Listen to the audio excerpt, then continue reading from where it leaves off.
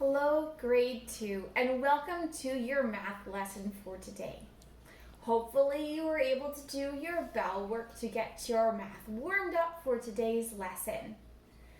Before break, we started to learn our lessons about clocks, about telling time. And we did it in a number of ways. And one of the things that we learned about was the difference between seconds and minutes and hours, days and weeks and months and years. Now we're going to be focusing and practicing again of how to tell time using analog clocks and digital clocks. Analog clocks you learned about in SK already. You would have gone around on a tour of the school with your kindergarten teacher in search of how many analog clocks and how many digital clocks could be found in school. But today we're not going to be focusing too much on how many you have in your home. We're going to be practicing how to read an analog clock and a digital clock.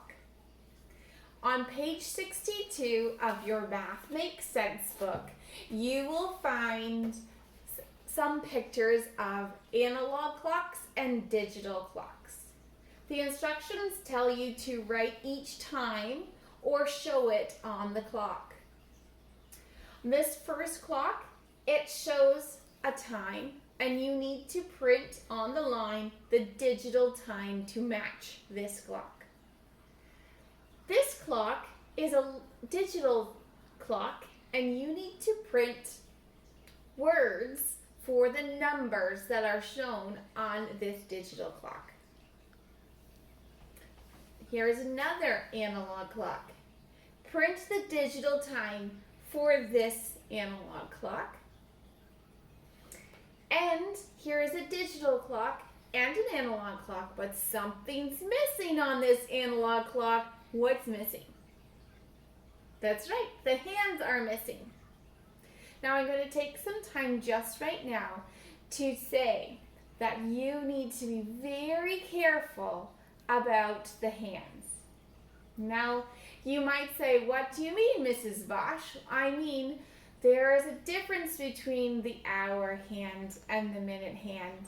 And it's a small difference, but it's a very important difference. The difference between an hour hand and a minute hand is its length.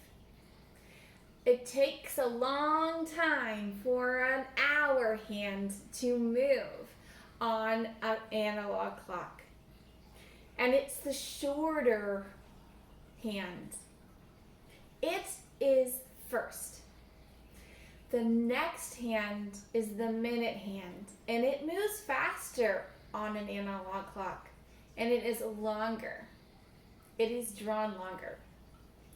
An hour hand points to the numbers that are on the clock face. The minute hand points to the numbers as well, but we count by fives for the minute hand. Now let's move on to the next one. This is an analog clock again, and you need to write the digital time for it.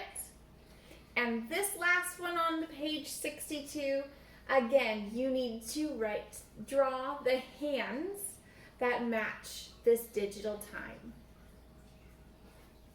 The second page for today's activity is showing an elapsed time, showing with 6 different analog clocks. The story tells about an activity that starts at 9 o'clock. An activity that starts at 9 o'clock. The first clock, you need to draw the hands that show 9 o'clock. This is the second clock, third clock, fourth clock, fifth clock, and sixth clock. It says that someone announces the time every 15 minutes.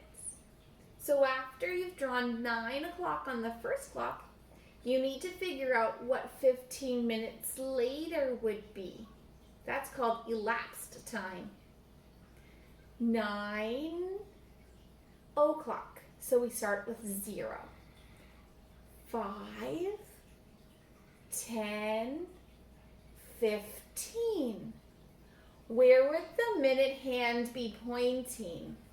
15 minutes later. You may need to have your grown-ups help you with this, but I can also help you with this. You come to the Zoom meeting today at 2:30. You can ask that question if you still have a question after your grown-ups help you with this. Then you need to do 15 minutes after, and 15 minutes after that, and 15 minutes after that, and 15 minutes after that, until you get to your final time. And then you're done for math for today. Enjoy your day.